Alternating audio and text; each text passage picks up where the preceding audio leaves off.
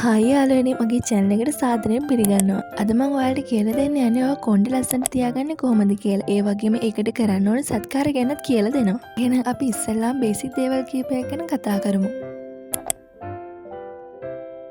ගොඩක් අය හිතන්නේ මොන වර්ගයේ පනාවක් පාවිච්චි කරත් වෙනසක් වෙන්නේ නැහැ කියන එක. හැබැයි සාමාන්‍ය ප්ලාස්ටික් පනාවල් පාවිච්චි කරනවට වඩා මේ ලී පනාවල් පාවිච්චි කරන එකෙන් අපේ කොණ්ඩේට වෙන වාසි ගොඩක් තියෙනවා. මේ පනාවල් නිසා අපි ඔලුවට තෙල් දානකොට ඒවා අපේ හිස් කබලට හොඳට ටච් වෙනවා. මේ වගේ කොණ්ඩේ කරදරේ නැතුව ලේසියෙන් පීර ගන්න පුළුවන් වගේම තමයි පීරනකොට කොණ්ඩේ යන එකත් අඩු වෙනද කොරෝසු කොණ්ඩයක් තියෙන අයට මේක ගොඩක් වැදගත් වෙනවා. මේ ලී පනාවල් අතරිනුත් පළල් දෙක තියෙන ලී පනාවක් ගන්න බලන්න.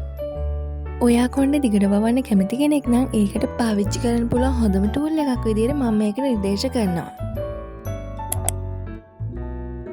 රයිස් වෝටර් වලින් අපේ කොණ්ඩේ පෝෂණය කරනවා වගේම වැඩි දියුණු කරනවා. මේක අපිට ස්වභාවික කන්ඩිෂනර් එකක් විදිහටත් පාවිච්චි කරන්න පුළුවන්. රයිස් වෝටර් ඔළුවේ ගෑවට පස්සේ ඔළුවට හොඳින් මසාජ් කරන්න ඕනි. ඊට පස්සේ විනාඩි 20ක් විතර තියලා හොදලා දාන්න.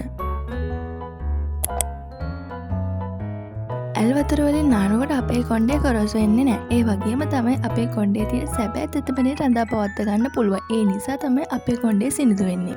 තද උණු වතුර හරි සීතල වතුර කියන දෙකම අපේ කොණ්ඩේ ඩැමේජ් වෙන ප්‍රමාණය වැඩි නිසා තමයි ඇල් වතුර පාවිච්චි කරන්න කියන්නේ.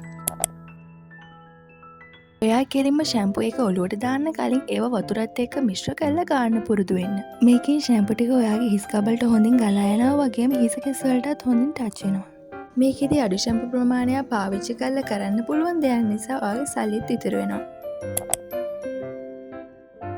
අපි ගොඩක් වෙලාවට කොණ්ඩේට ස්ටයිල් දාන හින්දා හෙයා ඔයිල් එකක් පාවිච්චි කරනවා අඩුයි. හැබැයි හෙයා ඔයිල් වලින් අපේ කොණ්ඩේ ඉක්මනට දික් කරගන්න පුළුවන්. කීක જાතියේ හෙයා ඔයිල් තිබුණට වැදගත් වෙන දේවල් ටිකක් ගැන මම අද ඔයාලට කියලා දෙන්නම්. මේ ඔයිල් එකෙන් ඔයාගේ කොණ්ඩේ ඉක්මනට දික් වෙනවා වගේම කැඩුණු පැලුණු කොණ්ඩේ නැවත ශක්තිමත් කරන්නත් පුළුවන්. තට්ටේ පෑදුණු අයට නම් මේක ඉතාම හොඳ ප්‍රතිකාරයක් විදියට මම නිර්දේශ කරනවා. මේකෙන් ගන්න කොණ්ඩයක් ලබා ගන්න පුළුවන් වගේම කොණ්ඩේ යනවා නම් ඒකට පාවිච්චි කරන්න පුළුවන් හොඳම ඔයිල් එකක් විදියට මේක හඳුන්වන්න පුළුවන්. හැබැයි එඬරු තෙල් ඕනවට වඩා පාවිච්චි කරන්න හොඳ නැහැ. ඒ නිසා එඬරු තෙල් මේස හැඳි එකක් එක පොල් තෙල් හරි ඔලිව් ඔයිල් මේස හැඳි දෙකක් එක මිශ්‍ර කරලා පාවිච්චියට ගන්න.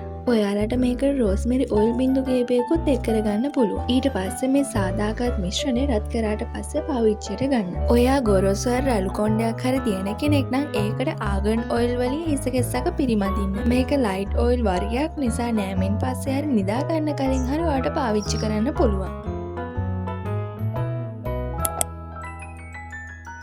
හෙයා මාස්ක් නම් ඔයාලට කඩෙන් වුණත් ගන්න පුළුවන්නේ. හැබැයි ගෙදරදී දැන් හදාගන්න පුළුවන් හෙයා මාස්ක් එකක් ගැන මම අද කියලා දෙන්නම්. බිත්තර කාමදේ වෙනම අරගෙන ඒකට ඔලිව් ඔයිල් මේසෑලි 3ක් එක් කරගන්න. ඒක මිශ්‍ර කරගත්තට පස්සේ ඔයාගේ හිසගේ මුදුනේ ඉඳලා අගිස්ස වෙනකම් ඇප්ලයි කරන්න. විනාඩි 30ක් විතර තිබ්බට පස්සේ ඇල් වතුරෙන් සෝදලා ෂැම්පු කරන්න. මේ මාස්ක් එක සතියට දෙවරක්වත් පාවිච්චි කරන්න. කොණ්ඩේ දික් කරගන්න තියෙන හොඳම ස්වභාවික සත්කාරය තමයි රෝස්මෙරි වෝටර් කියන්නේ. මේවා හැම රැයකම හිස් කබලට ඇප්ලයි කරාම හොඳ ප්‍රතිඵලයක් ලබා ගන්න පුළුවන්. වතුර කෝප්ප දෙකක් විතර පුරවපු භාජනයක් ලිපේ තියලා ඒකට රෝස්මෙරි අතු දෙකක් හරි කීපයක් හරි එක් කරගන්න. ඊට අමතරව ඔයාලට මේකට කරාමුණට කීපයකුත් එක් කරගන්න පුළුවන්.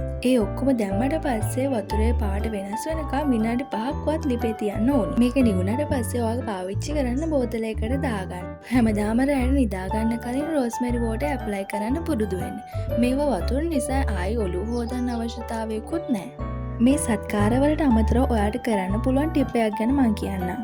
ඔයා සාමාන්‍ය කොණ්ඩේ බඳින්න පාවිච්චි කරන වූල් බෑන්ඩ් වෙනුවට ස්ක්‍රන්චීස් පාවිච්චි කරන්න. අපි ෆැෂන් එකක් විදියට මේක පාවිච්චි කරනවා කියලා හිතුවට ඇත්තට මේකෙන් අපේ කොණ්ඩේ ආරක්ෂා කරනවා. මොකද නිතරම වූල් බෑන්ඩ් කොණ්ඩෙත් එක්ක පැල්ලුනාම ඩැමේජ් වෙනවා. ඒත් ස්ක්‍රන්චීස් වලින් එහෙම දෙයක් වෙන්නේ නැහැ.